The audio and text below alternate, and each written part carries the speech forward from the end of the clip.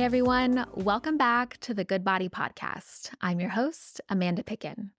And today I have a very special guest with me.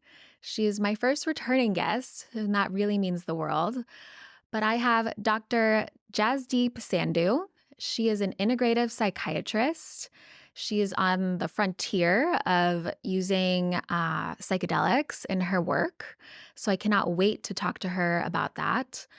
But today she's going to help us unravel the most common condition I see and probably every practitioner, doctor, healer encounters on a daily basis, and that is our stress. Mm-hmm. And stress is a super broad topic. So I'm hoping Dr. Sandhu can help us unravel it, try to identify what kind of stress we are experiencing, where it might be manifesting in our body. I will try to bring in the lens of traditional Chinese medicine and how we just talk about stress.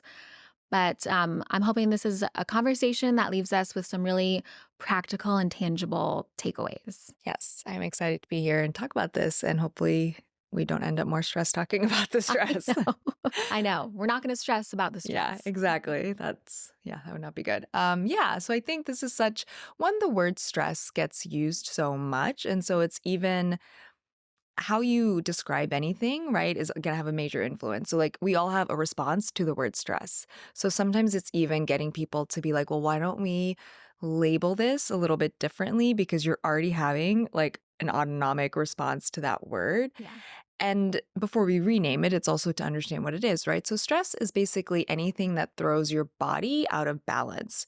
And our body, there's no like balance state. There's not some like peak of the mountain that like is balance. Our body is balancing all the time.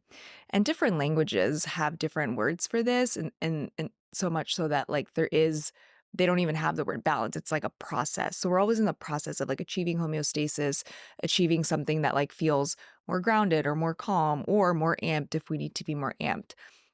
So stress is sometimes one way to think of it is like when the body like can't achieve homeostasis again. It's like too heightened or it's like bottomed out type of thing. And so when we're stressed, right, it's basically like something has happened to perturb our balance. And now we're like, oh, that doesn't feel good. So we have to like try to get it back.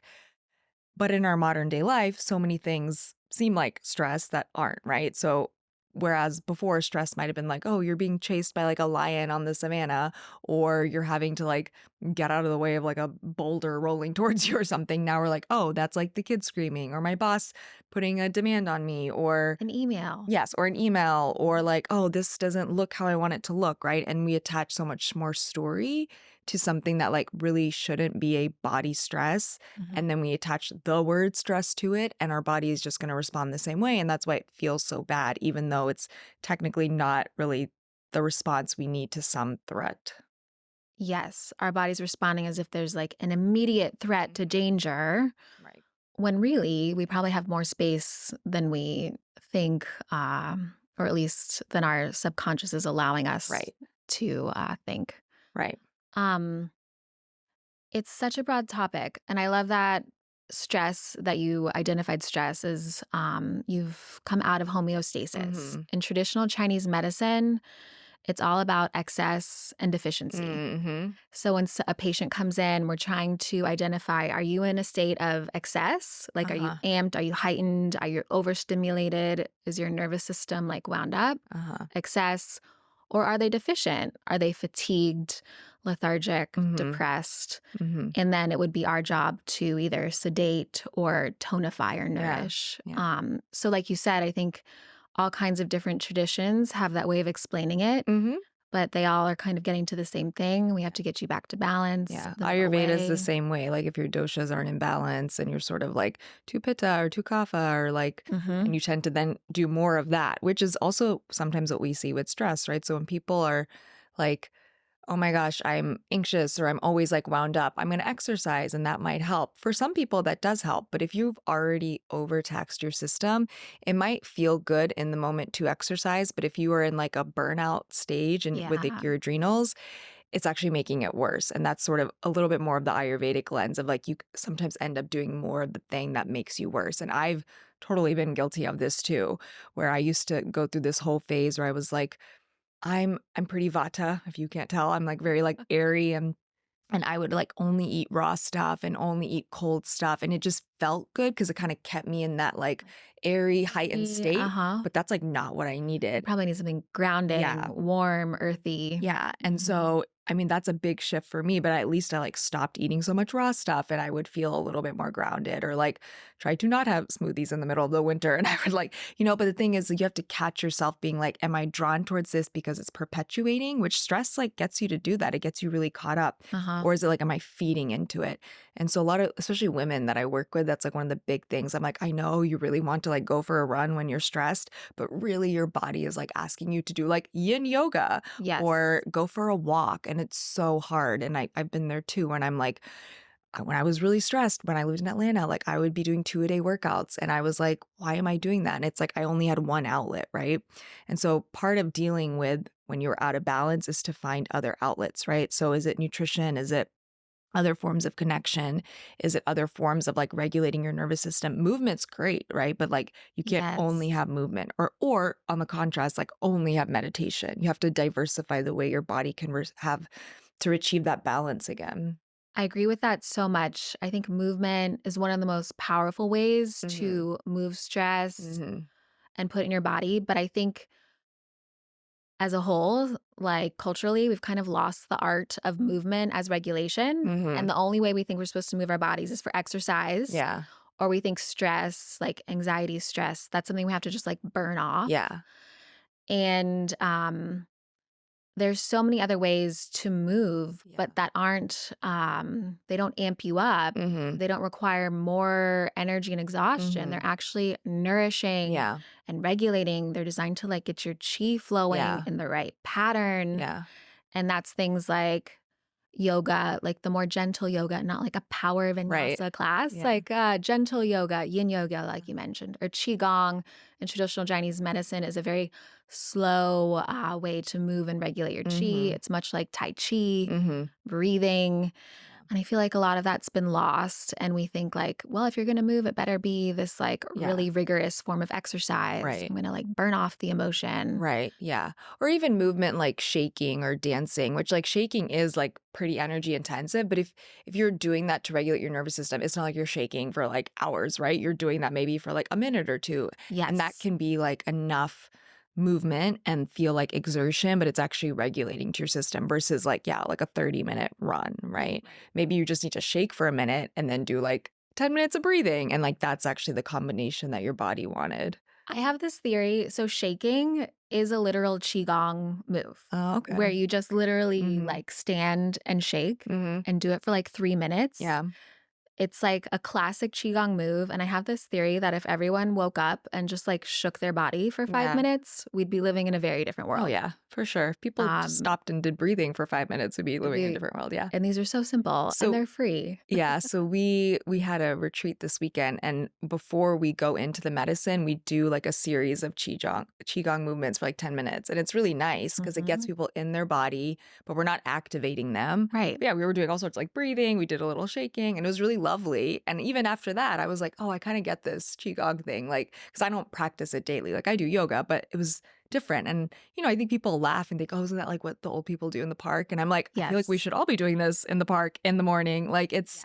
it's an interesting way to move your body, and it's like it's just so different. And so again, just this idea that there's so many other ways to deal with stress that we don't think about. And it doesn't have to be expensive either. Like these are like free things that you can do with your body that are very accessible. Yes, I agree entirely. It is funny if you go to I've been to China, to do some studies, and it is always like the old grandparents in the park doing the Mhm. qigong and the tai chi, but trust me, they're onto something. We should all be doing Yeah. it. Yeah. Um, so I'm just gonna mention a few of like the classic stress patterns Mhm. I get to see in the clinic. Get your take on that. In traditional Chinese medicine, probably similar to Ayurveda. And then, of course, in how you work, we're always trying to make like a diagnosis. Mhm. And it's always interesting when someone says they're stressed to help them like Yeah, like tease it out. tease it Yeah. out. Like, what do you mean? Because maybe this is the first time someone's asked them to like really put words Yeah. to it. So I'll usually ask them, Are you experiencing more frustration, anger, and irritability? Do you lose your temper ever? Or is it more anxiety, like chest Mhm. tightness, panic, thinking about the future? Or is it more just like overthinking? You can't shut the chatter off. Mhm. You can't shut your brain down at night. And Mhm. those are probably the top three. And when they can identify with either those emotions or symptoms, it tells me, oh, we're going to work on your liver channel or Mm. your heart channel or digestion. And that helps me tackle how their stress is manifesting.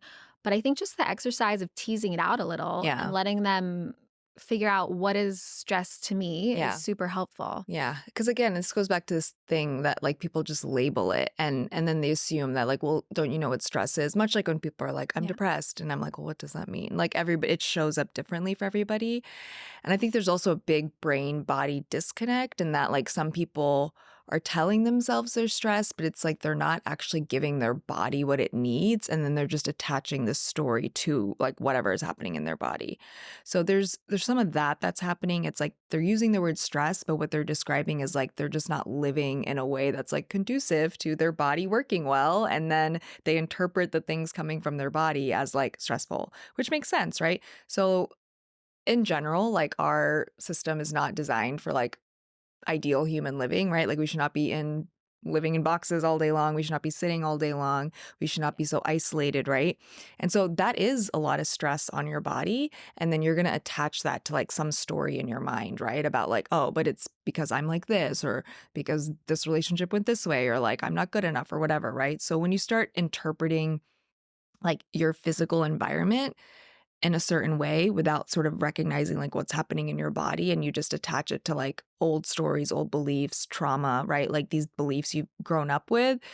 People say, "Oh, I'm stressed." I'm like, "That's not stress. That's like you not living in alignment with like how your body needs." And then you're bringing in all these old stories, right? So that's one thing. That's a Yeah. very complicated type of stress that I wouldn't even classify as stress. I'm like, that's just you living out of alignment. Yes. That's huge. And starting the work to try to like see that in yourself. And I remember I was with sitting in some kind of a meditation group or something. And I said something. And one of my friends was like, that's just a story you're telling yourself. Uh-huh. And it was like, he was totally right. Yeah. And I like was like, well, yeah. Yeah. And I received it. And it made me a little more aware of like, okay, how often am I just like Yeah. telling myself stories? Yeah. Um, and that takes some practice to Uh-huh. become self-aware and let it go. But it is like an unnecessary Yeah. And the stress. other interesting thing is, like, what is stressful to you is not going to be stressful to somebody else. And that is totally based upon your Yeah. history and your past, right? Like, Yeah. there's a reason, like, some people are like, they can thrive in chaos, right? Yeah. Maybe because in childhood, their childhood was chaotic. So it doesn't feel like stress to them, right? Versus somebody else, like, one thing is out of place and they may not consciously be aware of it, but then they feel stressed by everything else, right? So it is sort of understanding, like, what are your patterns? What are your stories? What are your beliefs, right? Like, how were you raised when things didn't go to plan, or when you got thrown off balance, like as a kid, like how did you respond? So that is one way. Then people grow up and are like, oh, I'm stressed, and somebody from the outside would be like, your life looks sort of fine, but it's not, it's their total perspective. So that's one thing I sort of try to help people understand is like, what do you mean by stress? Because you might just be describing like the way your world works in your mind. And then when the outside world doesn't match it, it's throwing you off balance and you feel stressed out. But that's very particular to you. Um, and then there's this whole other side of things where just the mind body is so disconnected. And so people are like, I feel like tension in my back or shoulders, or like my stomach's always messed up. And this is happening with my family and this is happening with my job. And they're not like connecting the two, and they're amplifying both. So they're like exacerbating the stress in the body and they're exacerbating the stress in their mind, when then I try to get them to be like, well, if we just work on the bottom up side of things, right? If we like move your body, nourish yourself well, keep your blood sugar stable, right? Sleep well, you might realize there's less stress feedback coming from your body. So you can actually like slow down and sort out what's coming up here. Yes. I want to talk more about this bottom up approach because there's usually more of a mind body connection happening than we might be aware of. You've Mhm. got crazy upper back shoulder pain, a knot that just like will not release. It's Yeah. driving you crazy. And then there's this maybe there's trouble in the relationship, Mhm. or maybe there's Job something or off at something. work, Yeah. right? You're not making your numbers or something at work. Yeah. Um, and the two are probably very much connected. Right. Yeah. And I think we always think we're so in the mind. And I'm sure, like, as a psychiatrist, you get this. Well, in order to unravel my stress, we're going to have to get all mental Mm. and figure out the story and Yeah. talk it You're not going out. to talk your shoulder out of being stressed. Yeah. But yeah, so it's kind of like the mind down approach. But Yeah. there's like another entryway into tackling this, Mhm. and that's through the body. Yeah. And it's like, well, maybe if we could kind of breathe through the shoulder and get this to release and to Mhm. relax, you will make more space for the Yeah. solutions to like sort of Yeah. manifest. Yeah, and So so I do a yeah, lot of this, like, type of sort of somatic that's the work word, with people. somatic work. Yeah, somatic work with Hmm. people in sessions, and it's super interesting because, yeah, there might be something weighing on them really emotionally, and then I'm like, "Okay, well, where do you feel it in your body?" And they're like, "I don't." And I'm like, "No, it's there." And so it's like to kinda get your body first in a state where you can sort of access it. So you can't just jump straight into this, right? If someone's like, "I'm anxious," and I'm like, "Where do you feel it?" Like, they're gonna be like, "Oh, I don't know." Unless they're used to doing the work. So usually I have people slow down, we do breathing for a few minutes, and then it's like, okay, now like sense like where your anxiety is. And it's helpful to close your eyes because there's so much input that comes from our eyes. So you breathe, you slow down, close your eyes, and then you will find it. People always find it, you Hmm. know? And no matter how much disbelief, they're like, Dr. Sandhu, I don't feel those things. I'm like, you do. You're just not slowing down and you're wanting to stay up here and you're not letting yourself be in your body. And so people will find, I mean, I've had people tell me it's in my foot or it's in my gut. Usually it's gut or heart, but like all over, right? And then yeah, we like stop. We're like, what is it there to tell you? Like why is it showing up here? Like what's it, like what does it need? And you just go through that process very slowly and gently and send it breath. And then people are like, oh, my body feels better and my mind feels more at peace. And it's like, yeah, because you had to like take the time to slow down and connect the two. And all of our world is always trying to keep us separate. Hmm. So it's a good practice. It's helpful to have somebody do it with you who's like Hmm. works in like a somatic way. But once you kind of learn the method and you get less afraid of like doing it, it's very useful. You can wake up and do it at any point and be like, huh, like there's tension in my mind or tension in my body. Why don't I just like slow down and see where it's showing up and then like ask what that is and what it needs? It's like a really interesting way. And then you realize it's not stress. It's information just showing up in your body. Hmm. I love that. It's almost once you start practicing that way or get to Hmm. experience it, it's almost a less daunting way to tackle your stress. Yeah. It's a little more simple because you don't need the story. Yeah. You can go straight to the body Yeah. and try to get something to relax Yeah. or move your chi. Yeah. And there might be a story there, but it's Uh-huh. less of a like in your mind running its own course story. It's like a message. And Right. it's like, it's information. And you're like, oh, it's telling me this. It's not telling me what my mind has made up because I was in my mind, which is a different thing, you know? Yes. It's not this like Yeah. chatter up here. You might get like, once you kind of get back in your body and release the tension here, you might get like the download or like Yeah.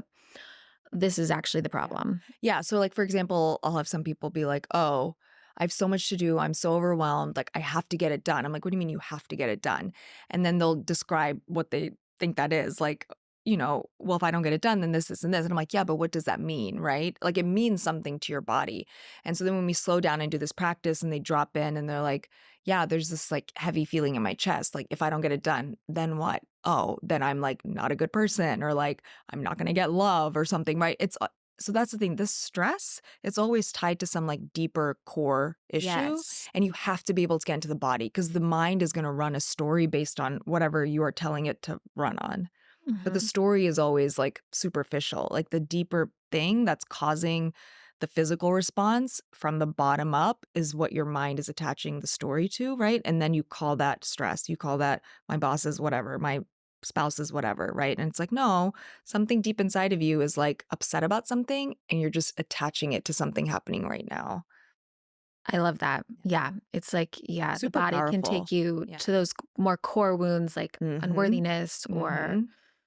or shame or guilt or something like Yeah. that, as opposed to just this, Yeah. And so random. when people have like chronic stress, yes, their outside life might be sort of chaotic, but in a way that has most likely become a result of them not paying attention to something that's been a little off balance for a long time.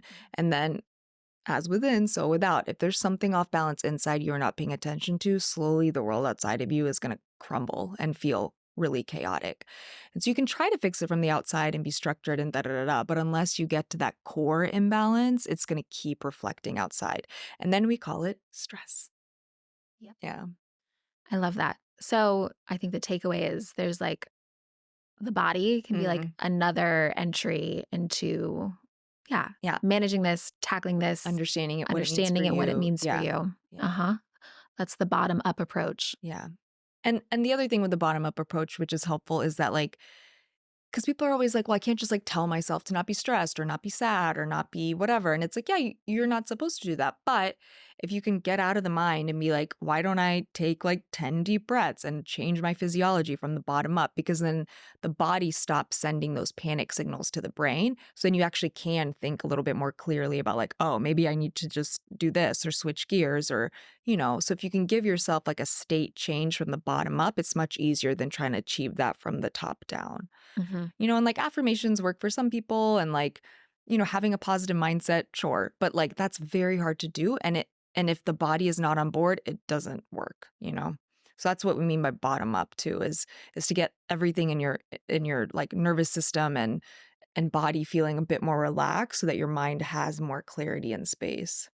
I like that you address that because I think even on social media, and I try to be careful of it too, there can be this like Pollyanna, Yeah. like you're positive, like you just Yeah. wake up and decide to be positive. Yeah. Which And is there not a is some thing. like Yeah. power in that. But like when you're dealing with a client or patient who is genuinely, clearly they're Struggling. challenged Yeah. and struggling, you can't just tell Yeah. someone to just wake up and decide to be Yeah. positive.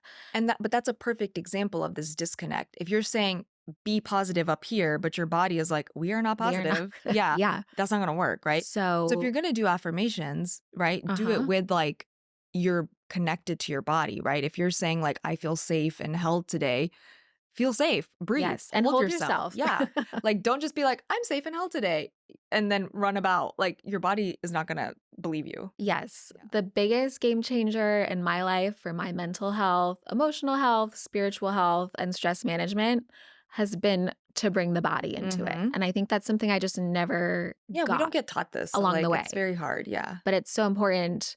And yeah, if you're doing affirmations, I think always including finding safety and security in yourself Mhm. and like hold yourself. If you're telling yourself you're beautiful, like Yeah. touch your face and your hair Yeah. and like tell your body it's beautiful. Yeah. Um, yeah, it's a game changer. And I like that you've kind of given it like the bottom up approach. Now it kind of has Yeah. I don't know, a label. Yeah. There's a way there's a way to go about that. Yeah. Um, and then I think another thing too is like understanding like how stress shows up for you. It might show up in the body, but there's also sort of this way to think of it. Are you like internalizing a lot of your I was hoping stress? we would go here Yeah. next. Are you internalizing your stress or are you like externalizing it, right?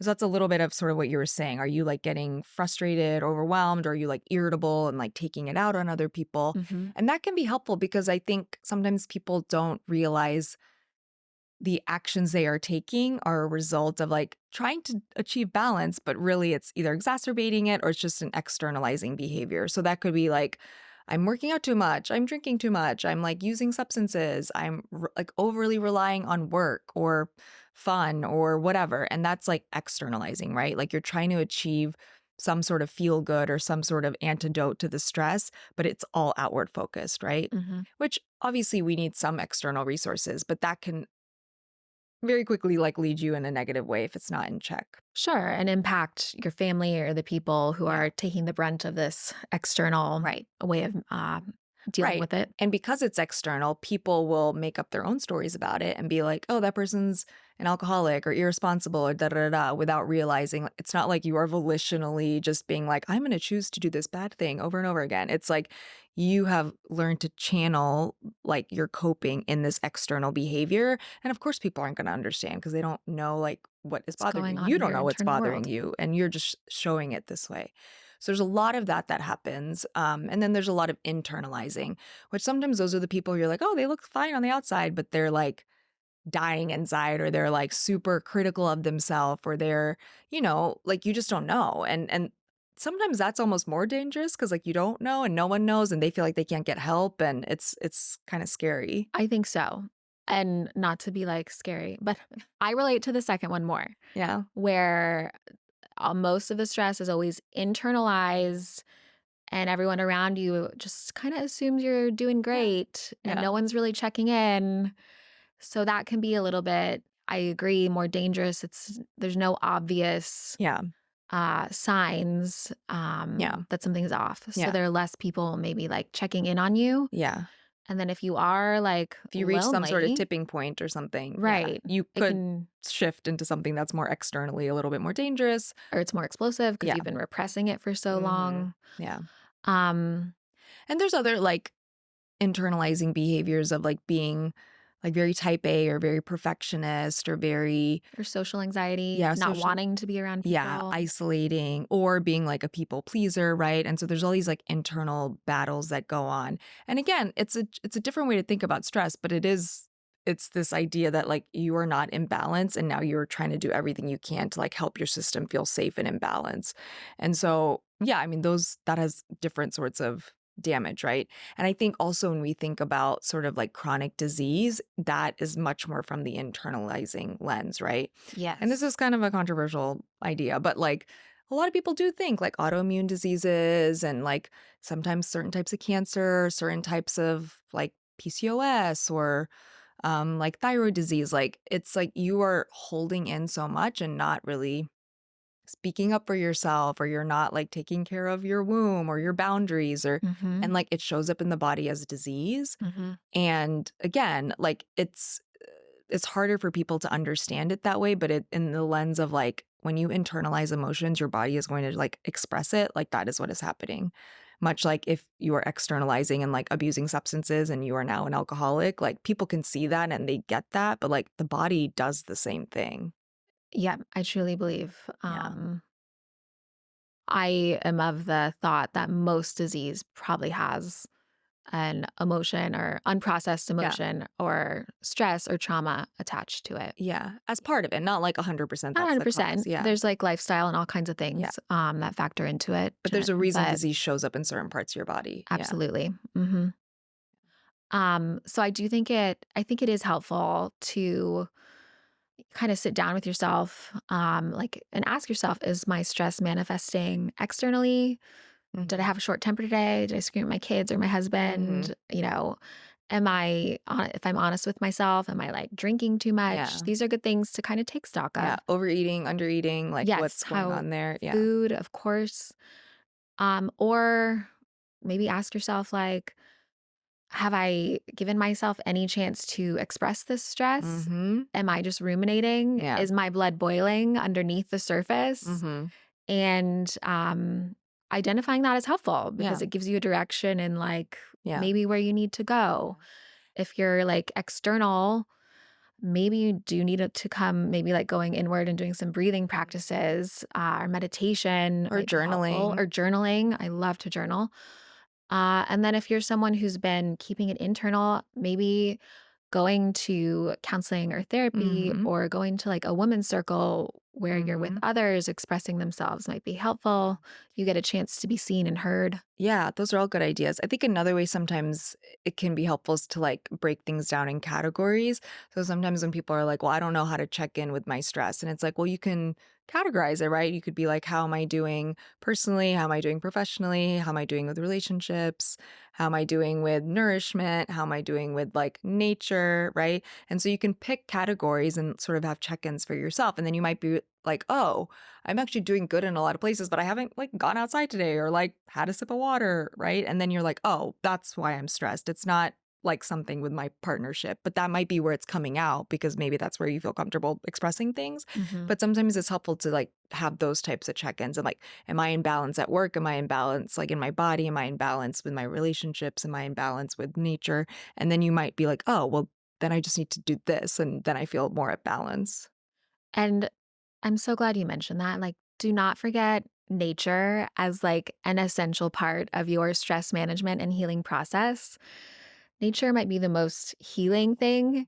And sometimes just like stepping outside and putting your bare feet Mhm. on the ground, or it's springtime. So when I go on walks, I stop and I really look at any Yeah. flower that catches my eye. Yeah. Like I truly Yeah. appreciate it. I feel like the flowers appreciate me Yeah, appreciating of them. course. But The beauty in you is reflected back and you yes. see the beauty. Yeah, exactly. So do not, underestimate the power of nature Yeah. and how healing that can be. And it's for most Yeah. pretty readily available, even if Yeah. you're in a The feet city. in the grass thing is like such a good tool. Like Yeah. immediately, you just feel way more grounded. Like your cortisol drops. Your nervous system is much more grounded. But yeah, even like having plants inside, even like Yeah. pictures of plants on the walls, having flowers, like all of that stuff is very, very helpful. And also, like, I ask people to like if like certain elements are like speaking to you to like use that, right? Like Mhm. maybe you need to like go jump in Barton Springs, or maybe you need to go like sometimes like burn something, right? Like if there's something on your mind, Fire. like write it down and burn it. Yeah, like to Mhm. like use elements to like transmute some of this energy is really, really Yes. helpful. So yeah, like earth, fire, water, air, like even thinking about it that way can help you. And something will speak to you. If you like slow down and listen, your body will be like, yeah, you should probably like go jump in a body of water, or you should like go lay on the grass, right? Mhm. So it's like, yeah, like use nature, like you are nature, right? So like use that to help you with some of this. Mm. One more topic here, like, jumping in water or doing kind of like a burn ritual. Mm-hmm. I think these are good tools to break a pattern. Mm-hmm. And so when you're operating in a state of stress, whatever that looks like for you, you may have found yourself in like a pattern that's not serving you. And I think the key to a lot of positive change is breaking patterns. Sure, yeah. And I think coming up with a ritual that's maybe new to you, something different, Yeah. is like it's good for your subconscious. Mm-hmm. The ritual is usually like symbolic, like we're Mm-hmm. cleansing in water or we're like burning, whatever you put down on your Yeah. journal pages. For the subconscious, I think that's powerful Mm-hmm. to see that symbolism. But you've also done something significant that's like different to Yeah. break a pattern. Yeah. Yeah. Yeah. I mean, to be aware of the pattern is I a guess big being thing aware too. is And that's step sometimes one. like where you need outside eyes, because Yeah. sometimes it's hard to see that on your own. So like, yeah, having a good therapist or somebody you're working with, like that's what helps you, especially over time to see patterns. But then yeah, I would say like to have something that breaks a pattern is something new and novel that does help your brain be like, oh, like we're shifting gears and trying something different. Yeah. Maybe a little like, oh, she's like become a little self-aware and we're Yeah. trying something new. So I like that's why I love doing a little ceremony or ritual for Mm-hmm. yourself. Yeah. It's like sending a message visually to the Mm-hmm. subconscious, to the body. Yeah. Yeah. And then fire and water are very powerful, like alchemical Mm-hmm. elements Yeah. to work with. Yeah. Uh, so I want to, for the um, end of our podcast here, I feel like this has been a lot of good information on stress. Mm-hmm. And hopefully this will help people tease out their own stress and give them some jumping off points. And I think if you've like listened to this conversation we just had with Dr. Sandhu here, you can tell what makes her truly integrative. And I just wanted to like get your take on, you're a psychiatrist, but you have an integrative approach. And maybe just your thoughts on what is integrative psychiatry. And I feel like I think a lot of medicine is moving towards an integrative Mm-hmm. approach because we've seen what like really doesn't work. Yeah. So just tell me what that kind of means to you in your Yeah. practice. Yeah. I will say it evolves over time because I'm always learning new things. But I think the word holistic gets thrown around a lot. And I purposefully like don't use that word as much because I think to be whole, like I think we enter this world whole and we are always whole. And so that is almost a given. It's like, what are you acknowledging? And I like the word integrative also because we talk about integration a lot with psychedelics, but like integration and being an integrative psychiatrist is like all the parts even outside of you, right? So I know you're whole and I'm going to address you as a whole person and I want you to see yourself as a whole person, but to like really integrate like elements, right? And Mm, like environment, even like energetic fields around you. You're also integrating like past, present, future, People, your people, yeah, your relationships. relationships, your like ancestors, right? Like your future selves. And so to me, and that's super broad, right? But that's when I think of like integrative psychiatry, integrative mental health, integration with psychedelics. It's like we are trying to take into account every single like energy source around you and inside of you. Mm. And because that's such a vast field, it's really client driven and like meeting people where they are, which I think is another big piece of this is like somebody can come to me and say like they want to work on stress, right? Okay, that means anything, but like I'm not going to be like, "Hey, we should go burn stuff" if that's not where they are, right? So like also it's like integrating meaning you have to meet people where they are because that's as much as they can sort of handle So at they the have the time. capacity for at Yeah, the moment. or that's all they can see, right? You can't take somebody like where there's really no like path yet. Right. But you can teach them, right? To like make a path, find a path, like go try something new, right? Um so that's sort of my approach with people at this stage is where I'm at. Like I might have given you a different answer like 6 months ago.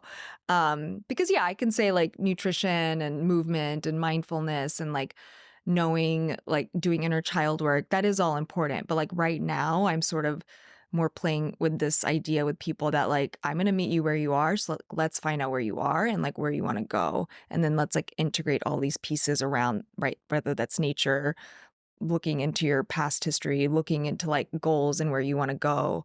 um yeah, so that's kind of how I'm working with people now. I love that. Yeah. And yeah, I think it's natural for how you practice to Evolve. evolve, Yeah. of course. Yeah. And so we have to also touch on the psychedelic work you're doing. Mm-hmm. This is a fascinating field.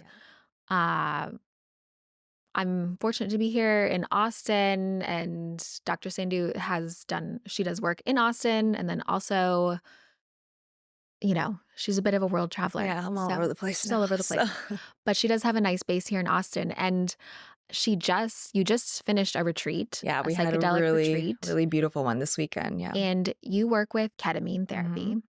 So maybe just it's a broad, sort of intimidating topic too, but maybe you could just like give us some insight. Why are psychedelics powerful? Mm-hmm. And maybe coming fresh off the retreat, what were some of the insights you had? Yeah. How is it different than traditional therapy? Yeah. So I'll speak about group ketamine because that's sort of what I just came off of Hmm. offering.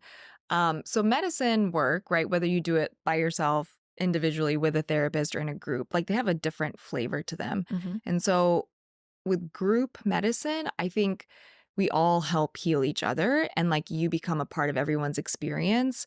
And it kind of speaks to this idea of like integrative healing is that like we don't heal in isolation, right? You do the work, but like having other people around you and their energy. And like, I also think that like everybody that signs up for these things, like there's a reason, right? Or if someone Hmm. drops out or if someone comes in last minute, I'm like, it's like all meant to be. And like Perfect, like it's container comes exactly the together. perfect container comes together. Hmm. And I also truly believe that people who come to me, whether they want to work with psychedelics or not, I'm like, you came here at some point on your path for a reason and like you found me and I'm here, right? And so I don't take any sort of like credit for anything that happens because I'm like, you and I came together for some reason.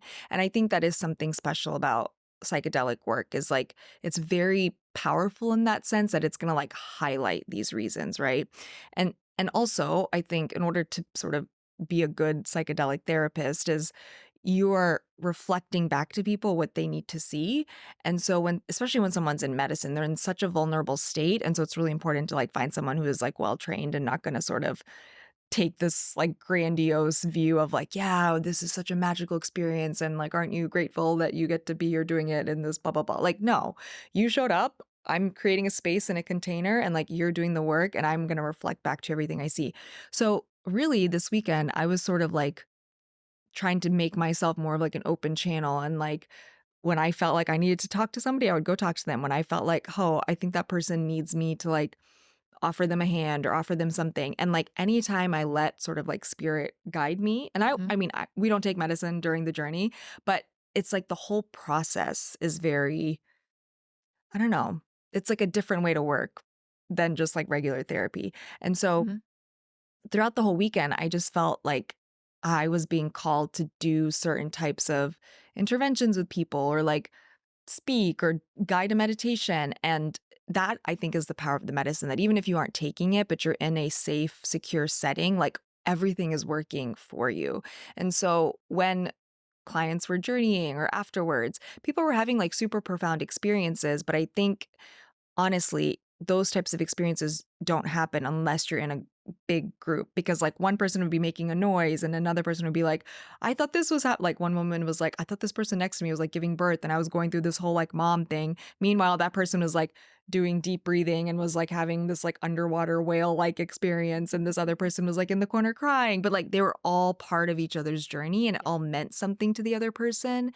And I remember feeling like very drawn to that corner to just kind of like anchor it. So like it was very interesting. And then other times I'd be like, I kind of want to go up to this woman, but like, and she's quiet and but I feel like there's a lot going on, but I was like, no, something is telling me to stay away. And she came out of it being like she was going through a lot of stuff about feeling alone, but she needed to experience it alone, right? Mhm. And so to do medicine work with people who are like trained and aren't just kind of like running around and, going off their own biases is important. Yes, I would imagine a big part of being a psychedelic facilitator is like that discernment of like when do you insert yourself Yeah. or when do you need someone to just like be in process with Right. themselves? Yeah. And I think um in my experience, facilitators who are a little more, I wouldn't want to say hands off, but Mhm. like super discerning. Like Yeah. this isn't about them. Yeah. And Yeah. the work is between the individual and the medicine. Right. And yeah. And anyways, it's like a very, I'm sure, kind of It is like a like, towing of the line because you wanna be uh-huh. supportive, but you don't wanna be, like, taking over or interpreting, right? You want people to have make their own meaning of things. And people are in a really vulnerable state. So I think the other thing with psychedelic medicine is, like, to really trust the people you're working with and trust, like, the leaders and trust the space because you can't really go very far if you don't feel safe. Hmm. Um, yeah. There was a I mean, it was a pretty magical weekend, but I will say that and even in thinking of terms of like the stress piece, psychedelics allow you to go into situations in your mind and body that may have been very stressful in the past without the fear and without the judgment and without the story so that you can make new meaning out of it. So a lot of times people will come out of this and be like, "Oh yeah, like I worked through an integration in these weeks after. I'm going to keep working on I used to think this was a problem, like social anxiety or like feeling like I need to do XYZ at work. And now because in the psychedelic space they were able to like see it differently, they're like, "Oh, there's a story there and this is what's happening and this might be like the reason why it's happening because this happened when I was 10 years old and now I'm going to move into my future and like be aware that those are all separate, right? So it almost like helps you achieve balance by like forcing you to look at everything really differently. Yeah, I think it gives you these like profound new perspectives Yes, yeah. and it's it's pretty incredible. You can just like look at your life and different aspects of Yeah. it and see how maybe they're connected Mhm. and maybe, they shouldn't be Yeah. or Yeah. right, you can unravel the story. Yeah. There's a lot of that unraveling of like stories or like being able to see yourself or different versions of yourself and like, oh, like, why do I believe that? Like, that doesn't fit anymore, right? Or a lot of, and also like a lot of just self love comes through, which is like Yes.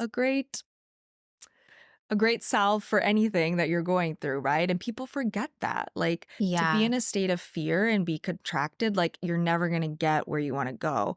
And so psychedelics have this amazing ability to have people open up, not be afraid, and be like, oh, this is what like love feels like.